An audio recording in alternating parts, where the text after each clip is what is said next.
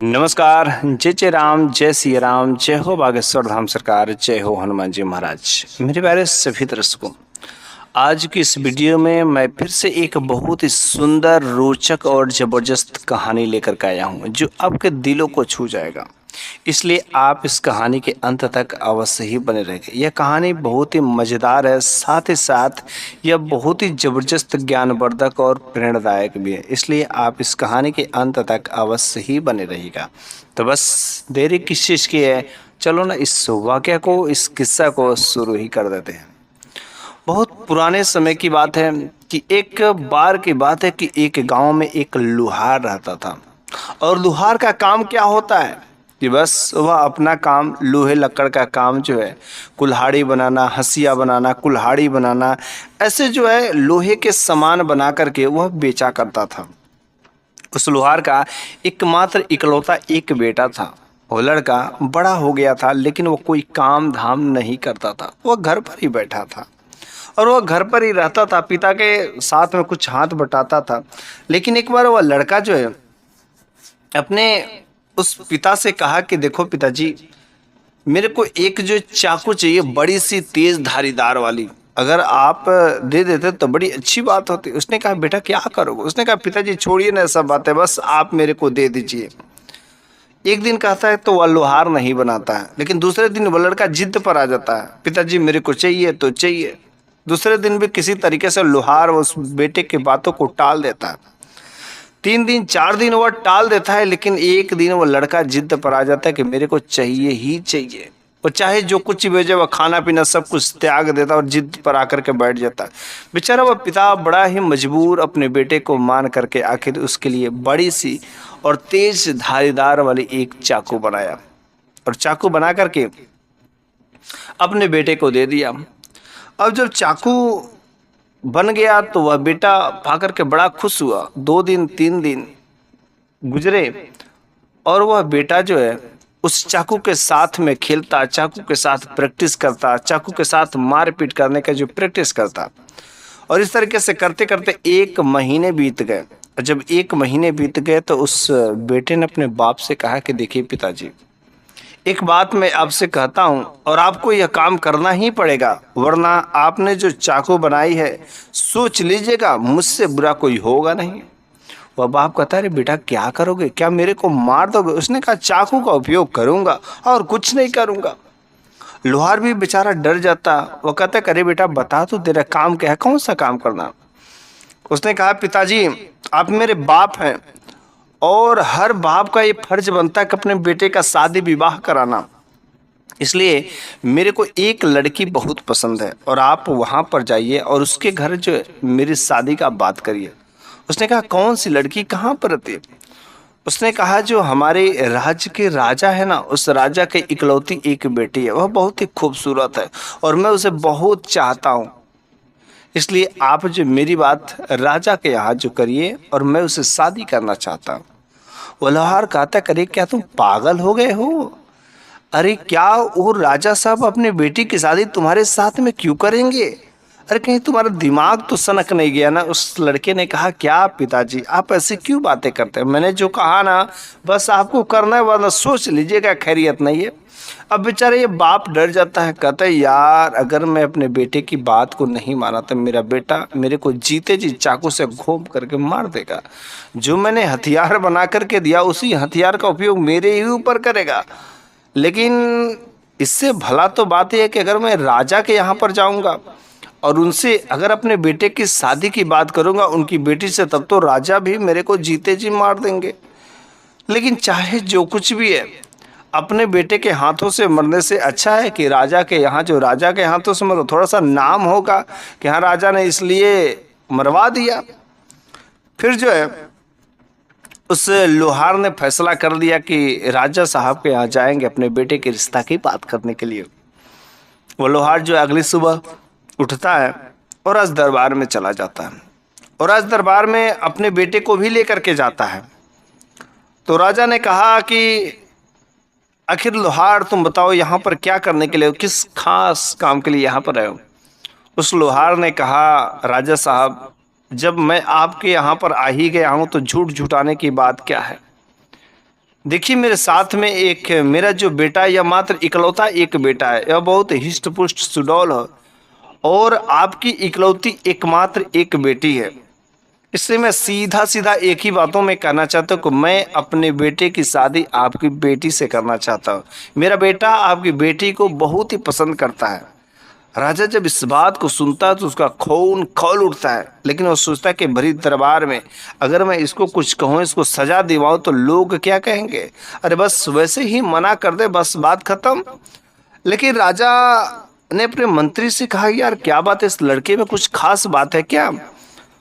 तो मंत्री ने कहा, महाराज देखिए ऐसा काम करिए कि सांप भी मर जाए और लाठी भी ना टूटे। इससे एक काम कहिए करने के लिए, अगर वो उस काम में पास हो जाता है तो फिर जो आप अपनी बेटी की शादी इसके साथ कर दीजिएगा। उसने कहा, ऐसा कौन सा काम। तो मंत्री ने उससे कहा कि देखिए आप कहिए इसे कि ऐसा तुम मेरे को काम करके दिखाओ कि जो आज तक मैंने देखा ही नहीं हुआ, उसके बारे में कभी सोचा भी नहीं होगा, मेरे काम वो समझ ही नहीं है कि आखिर वो कौन सा काम है कि जो मेरे को ऐसा अजीबो गरीब काम करके दिखा। फिर उस राजा ने उस लोहार और लोहार के बेटे से कहा कि देखो तुम मेरे को ऐसा काम करके दिखाओ जो आज तक मैंने देखा ही नहीं हो, और पूरे दरबार में लोग जो देख करके उस काम को संशय में पड़ जाए, आखिर ऐसा कैसे हो सकता है। बस वह लोहार का बेटा कहा कि ये तो बड़ी गड़बड़ बात है, कौन सा काम होगा। लेकिन लोहार का बेटा बहुत होशियार था। वो अपने बाप को लेकर के अगली सुबह जो है चल पड़ता है, कहता जी पिताजी चलिए हम लोग जो है ढूंढते हैं इस नगर में, दूर दूर घूमेंगे, कहीं तो कोई ऐसा काम नजर आएगा इसको राजा को बड़ा पसंद आएगा जो आज तक देखे भी नहीं होंगे। वो चलते चलते चलते एक जो है बगीचे में पहुंचता है, और उस बगीचे के पास में जब पहुंचता है तो वहां पर क्या देखता है कि एक आदमी जो है वहां पर जो है एक चूल्हा था, चूल्हा, और उस चूल्हे में अपना जो पैर डाला हुआ था और उसके अंदर से खूब तेज से आग जल रही थी और उसके ऊपर जो तेल छन रहा था और तेल में जो है वह जलेबियां छान करके वह उसी तेल से खा रहा था। बड़ा ही हैरान हुआ कि वह अपने पैरों को जला करके वह तेल गरमा करके पकोड़े छान रहा है और खा रहा है। वो बड़ा अचंभित, तो उसने कहा कि यार देखो ये मेरे को बहुत बड़ा जादूगर लगता है और इससे क्यों ना यही जादू पूछ लिया जाए, और ऐसा काम तो राजा साहब आज तक देखे भी नहीं होंगे और देख करके कंफ्यूज हो जाएंगे। ये बात सत्य है। तो वह जो है लोहार अपने बेटे को लेकर उसके पास में कहता है कि जादूगर साहब, जादूगर साहब, ये मेरे को आपका जो काम है मेरे को बड़ा पसंद आया और यह काम जो आप मेरे बेटे को भी सिखा दीजिए। तो बस वह लोहार से वह जादूगर जो बैठा हुआ था उसने कहा, देखो मैं एक जादूगर हूँ और मैं अभी अपने काम में व्यस्त हूँ और मैं तुम्हारे बेटे को जादू ये सिखा नहीं सकता, इसलिए तुम आगे बढ़ो और आगे जो मेरा एक उस्ताद है वह तुम्हें सिखा देगा।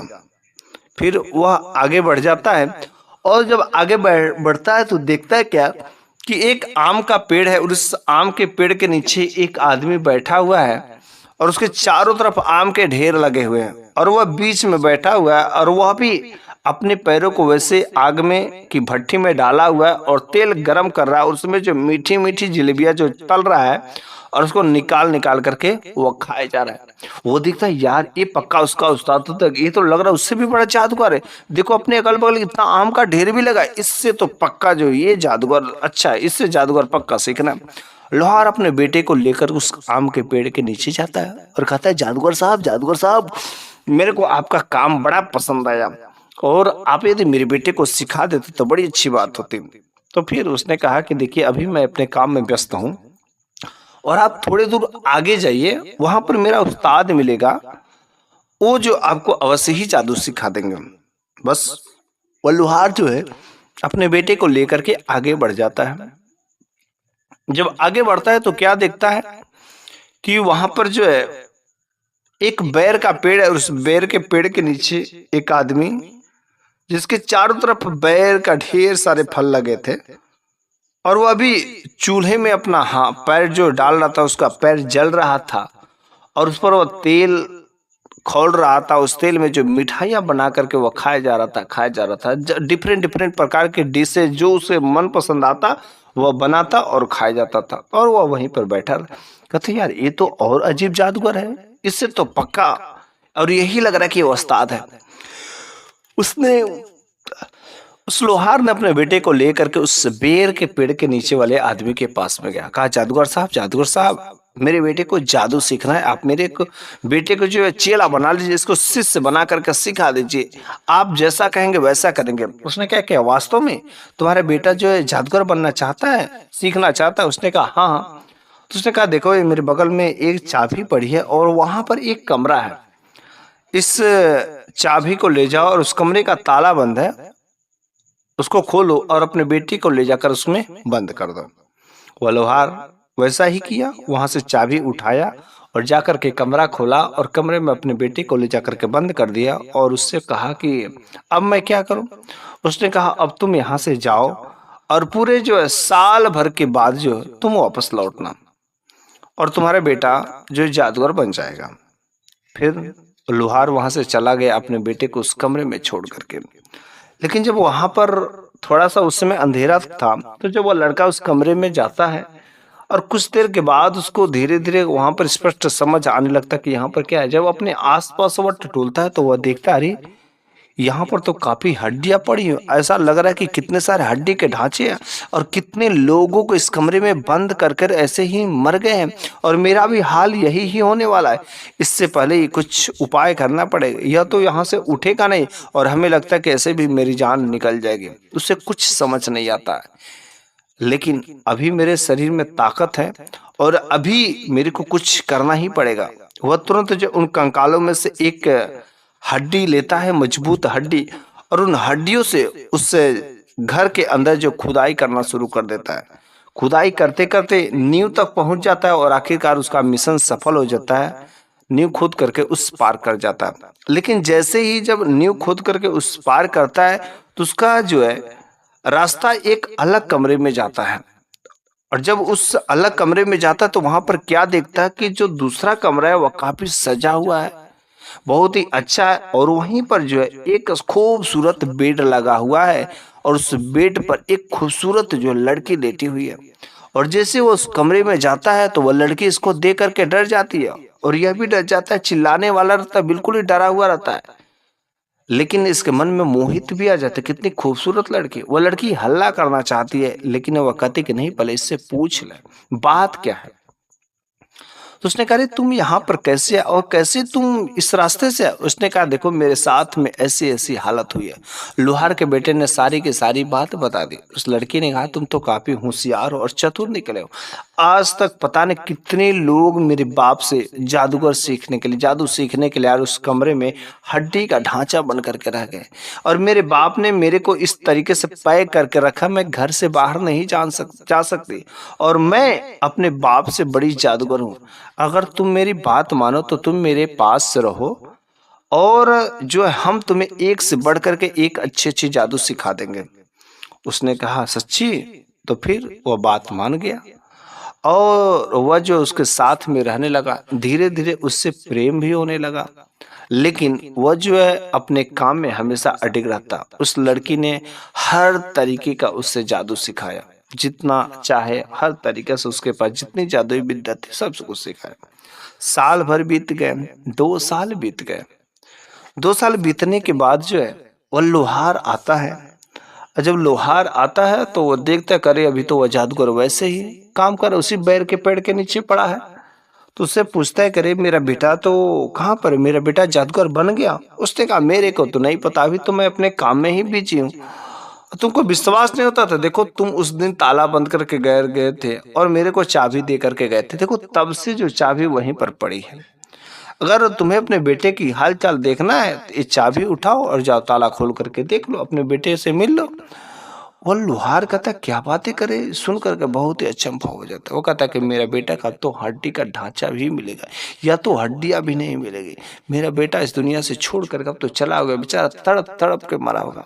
लेकिन उस बाप को ने तुरंत जो है उस लोहार ने उस चाबी को उठाता है और जाता है दबे पांव से, धीरे धीरे कपकपाते हुए पांव से उस घर का दरवाजा खोलता है। जब दरवाजा खोलता है तो उनके अंदर जो कई सारे हड्डियों के ढांचे थे, वह समझता है कि मेरा बेटा भी इसी हड्डियों के ढांचे में बदल गया होगा। बहुत ही अफसोस होता है, लेकिन ध्यान से जब देखता है तो उसके अंदर एक सुरंग भी था वह जो है उस सुरंग के रास्ते से उस दूसरे कमरे में पहुंच जाता है। लेकिन क्या देखता है कि वहां तो बहुत खूबसूरत नजारा है और एक पेड़ की डाल में एक झूला पड़ा है और उस झूले के साथ में मेरा बेटा एक लड़की के साथ में झूला झूल रहा है। बस वह लोहार अपने बेटे को जैसे देखता तो जान में जान आ जाती।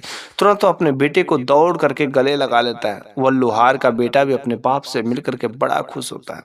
कहता है कि पिताजी, मेरे को किसी चीज की कोई दिक्कत परेशानी नहीं और मैं जिस काम के लिए आया था इस लड़की ने मेरे को हर तरीके से सिखा दिया। पिताजी, यह लड़की बहुत अच्छी है। तो उस लोहार के ने उस लड़की से कहा कि देखो बेटी, तुमने मेरे बेटे को जादू सिखाया, बहुत बड़ा तुम्हारा एहसानमंद है, लेकिन मैं अपने बेटे को ले जाना चाहता हूँ।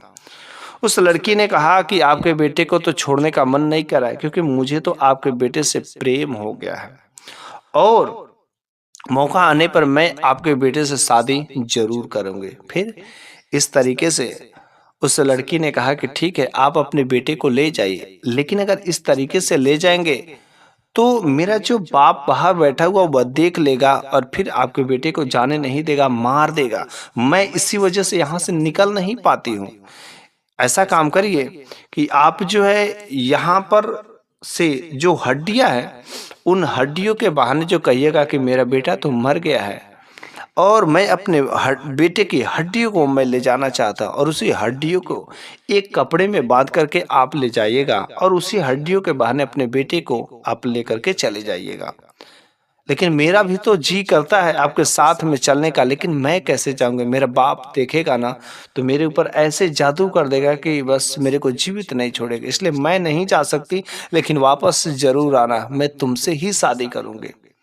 बस वो लोहार वहां से निकलता है और उससे कहता कि देखो, रोते हुए कहता कि देखिए मेरा बेटा तो मर गया है, मेरे बेटे की हड्डियां उसमें पड़ी हुई है।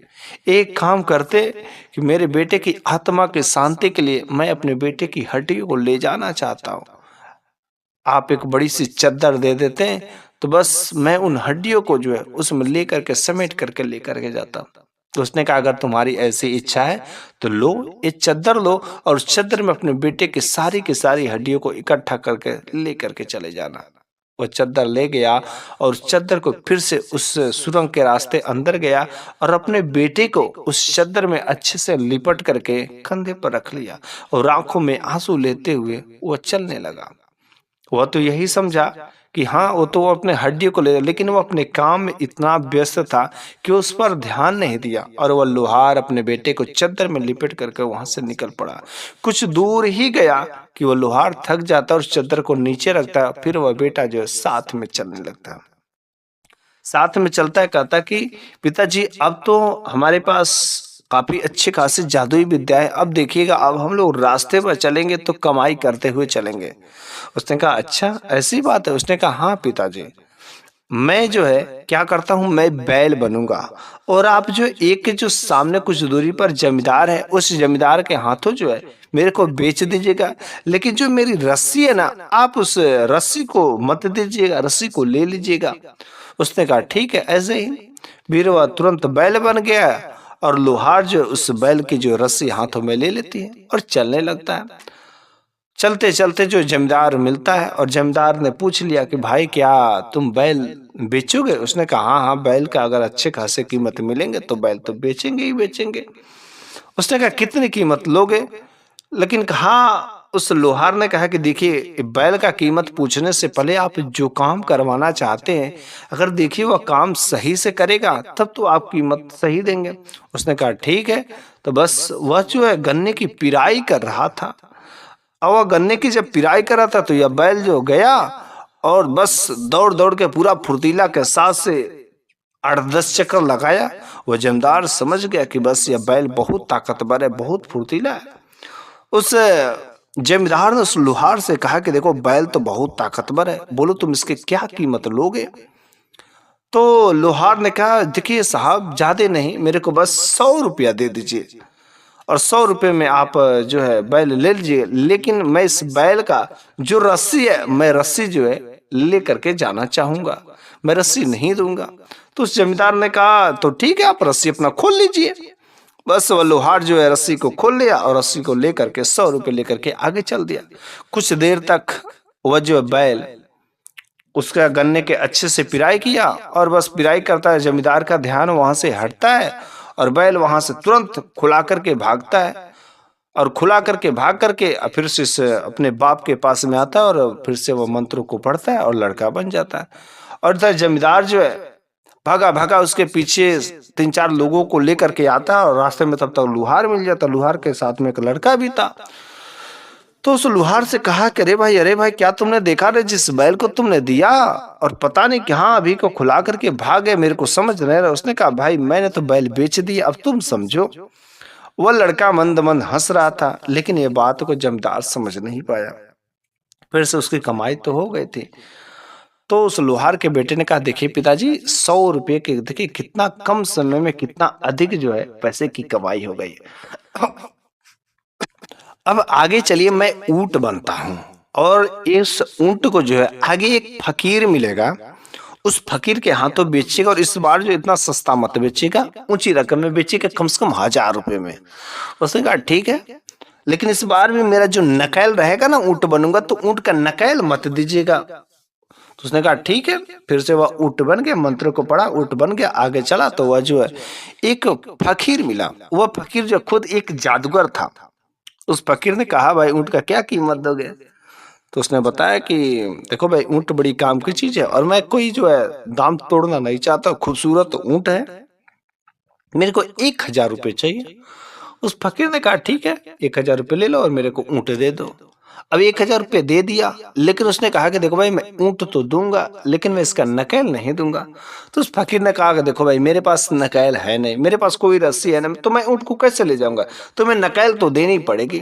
तो उसने कहा नहीं चाहे कुछ भी हो जाए मैं नकैल नहीं दे सकता। उसने कहा मैं ऊंट खरीद लिया हूं नकैल के सब, भला कोई ऐसा देता है क्या कि रस्सी तक नहीं देता है?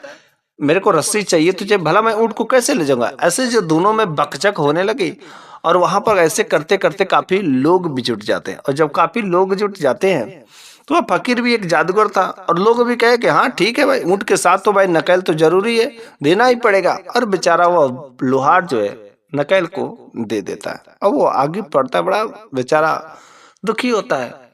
लेकिन जैसे ही वह फकीर जो है ऊंट को लेकर के जा रहा था, तब तक वह ऊंट जो लड़का था तुरंत वह मंत्र को पढ़ता है और कबूतर बन जाता है और कबूतर बन के उड़ जाता है। लेकिन यह फकीर भी कम जादूगर नहीं था, वह तुरंत जो है बाज बनता है और बाज बन करके उसको पीछा करने लगता है। और जब पीछा करने लगता है तो वह कबूतर देखता है कि मेरे पीछे बाज बन करके उड़ रहा है, अब वह कैसे बचे। उड़ते उड़ते जाता है तो क्या देखता है कि एक जगह ढेर सारी लड़कियां थी और गड्ढे में से कुछ मिट्टी निकाले थी, वहां पर पानी था और उस मिट्टी निकाल लेते। वह जो लड़का तुरंत जो कबूतर से मंत्रों को पढ़ता है और एक मेढक बनकर उस गड्ढे में गिर जाता है। जैसे मेढक बनकर उस गड्ढे में गिरता है तुरंत वह बाज जो है जो फकीर था वह तुरंत जो बगुला बन करके वहीं पर आ जाता है और अब समझता कि फिर से खा जाएगा। तो तुरंत वह मेढक जो है मंत्रों को पढ़ता है और फिर से एक छोटी सी अंगूठी बन करके और एक लड़की रहती जो बहुत ही खूबसूरत रहती उसके उंगलियों में जाकर के वह फंस जाता है। जब वह लड़की उस अंगूठी को देखती है तो बड़ा अच्छा लगता है, फिर उसने अपने हाथ में उंगलियों में धारण कर लेती है। अब फिर वह चल पड़ती है, फिर से जो बगुला रहता है फकीर बन जाता है और फकीर का रूप धारण करके वह जो है उस लड़की के घर पर जाता है। और जब उस लड़की के घर पर जाता है तो भिक्षाम देही करता है, अंदर से भिक्षा लेकर के वो लड़की आती है। तो उस फकीर ने कहा कि देखो जी मेरे को कोई भिक्षा और मेरे को ऐसी कोई चीजें नहीं चाहिए, मेरे को आपके हाथ में जो रिंग है मेरे को वही चाहिए और दूसरा कुछ भी नहीं चाहिए। फिर कहा वो लड़की कहती करे आप ऐसी कैसी बातें करें कि आप जो अपने मनपसंद की चीजें मांगे, मैं तो बिल्कुल नहीं देने वाली। लेकिन ये बात जो सुन करके तब तक अंदर से उस लड़की की मां निकल पड़ती है। उस लड़की की मां ने देखा रही बेटी ये तूने अपने हाथ में ऐसे कहां से कौन सी अंगूठी पहन ली है, कौन दे दिया तुमको, कहां से पहन ली? उसने कहा माँ मैं बस पाई हूँ। उसने कहा पाई हुई चीजों को तू पहन लेगी? अरे पता नहीं कैसा है किस तरीके का है, क्या तेरे को पता है? उसने कहा नहीं। बस उस लड़की ने तुरंत जो है उस अंगूठी को निकाल करके फेंक देती है और जैसे उस अंगूठी को निकाल कर के फेंकती है तो वह फकीर तो यही चाहता ही था। और वह फकीर जो उस अंगूठी को लेने के लिए चलता है, और जैसे उस अंगूठी को लेने के लिए चलता है तुरंत वह फिर से कबूतर बन करके फिर से वो लड़का उड़ जाता है। और उड़ते उड़ते जैसे उड़ता है तो ये तुरंत जो है बाज बन जाता है फकीर। अब फिर से जाता है और उड़ते उड़ते उड़ते जो है वह राजा के दरबार में पहुंच जाता है, राजा के राज्य में। अब उस लड़की को मौका मिल जाता है कि चलो ठीक है, इस राजा साहब के पास में ही चलते हैं। और बस वह कबूतर जो है उस राजघराने में जाकर राजा साहब के मुकुट पर एक सोने का तार जो है बन करके गिर जाता है। अब यह बाज बना फकीर तुरंत जो फकीर का वेश बनाता है और राज दरबार में प्रवेश कर जाता है और कुछ भविष्यवाणियां कर करके राजा का दिल खुश कर लेता है। तो राजा ने कहा कि बताओ तुम्हें क्या चाहिए। तो उस फकीर ने कहा महाराज मेरे को कुछ नहीं चाहिए, बल्कि आपके मुकुट पर एक सोने का तार लटका हुआ है, मेरे को वही सोने का तार चाहिए। उसने कहा मेरे मुकुट पर सोने का तार अगर नहीं लटका रहेगा तो क्या होगा। बस जैसे ही वह राजा साहब अपने हाथों से उस सोने के तार को टच करने के लिए जाते हैं तब तक वह तुरंत जो है मोतियों के माला में बदल जाता है। और वो मोती का माला जब राजा साहब अपने मुकुट से निकालते हैं तो वह मोतियों का माला कई सारे थे वो टूट जाता है। और जैसे ही टूट जाता है वह फकीर तुरंत जो है मुर्गा बन जाता है और उन मोतियों को चुगने लगता है, एक एक दाना खाने लगता है। और जब खाने लगता है तो एक दाना जो पानी में चला गया था, जब एक दाना पानी में चला गया था तो सारे के सारे मोतियों को वह निगल गया। जब निकल गया तो लास्ट दाना जब निकलने वाला था जो पानी में था वह तुरंत जो एक बड़ा सा बिल्ला बनता है और बिलार बन करके उस मुर्गे को झपट लेता है और वह फकीर वहीं पर उसकी मृत्यु हो जाती, खत्म हो जाता। और बस वह बिल्ला बन करके वह झपट करके उसको खत्म कर देता है और तुरंत तो वह जो है लड़के का रूप धारण कर लेता है।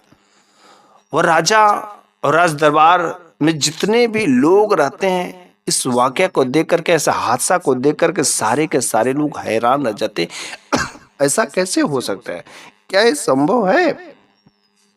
राजा के सामने उस लड़के ने कहा कि महाराज शायद यहाँ पर जो कुछ भी हुआ आपको समझ नहीं आया होगा। उस राजा ने कहा हाँ मेरे को जो कुछ भी हुआ समझ नहीं, क्या आपने ऐसा देखा था। लड़के ने पूछा तो महाराज ने कहा कि ऐसा तो आज तक मैंने ऐसा कोई कृत्य देखा ही नहीं था, मेरे को विश्वास ही नहीं रहा और सारे राज दरबार के लोग ऐसा कभी हादसा नहीं देखे थे। तो उसने कहा महाराज आप उस दिन को याद करिए कि जिस दिन आपने मेरे पिताजी को कहा था कि मेरे को ऐसा कोई काम करके दिखाओ जो आज तक हमने देखा ही नहीं हो, जिस पर मेरे को विश्वास ही ना हो। और मैं उसी लोहार का बेटा हूं और मैं कितने दिनों तक जादू विद्या सीखा और फिर इसके बाद में आपके सामने ऐसा कारनामा किया। बस अब आप अपने वादे के मुताबिक आपको अपनी बेटी की शादी मुझसे करनी ही पड़ेगी। फिर जो है वह राजा मजबूर हो जाते हैं और उस लोहार के बेटे के साथ में जो है उस अपनी बेटी की इकलौती बेटी की राजकुमारी की शादी उसके साथ करनी पड़ जाती है। और इस तरीके से लोहार का जो बेटा था उसके साथ में शादी कर करके उसकी बात तय हो जाती है। मेरे प्यारे सभी दर्शकों यह कहानी यहीं पर समाप्त हो जाती है। आपको यह कहानी कैसी लगी है कमेंट बॉक्स में जरूर बताइएगा। मैं अगले वीडियो में मैं फिर से कुछ ऐसी ही नई जबरदस्त कहानियां लेकर के आता रहूंगा। तब तक के लिए धन्यवाद।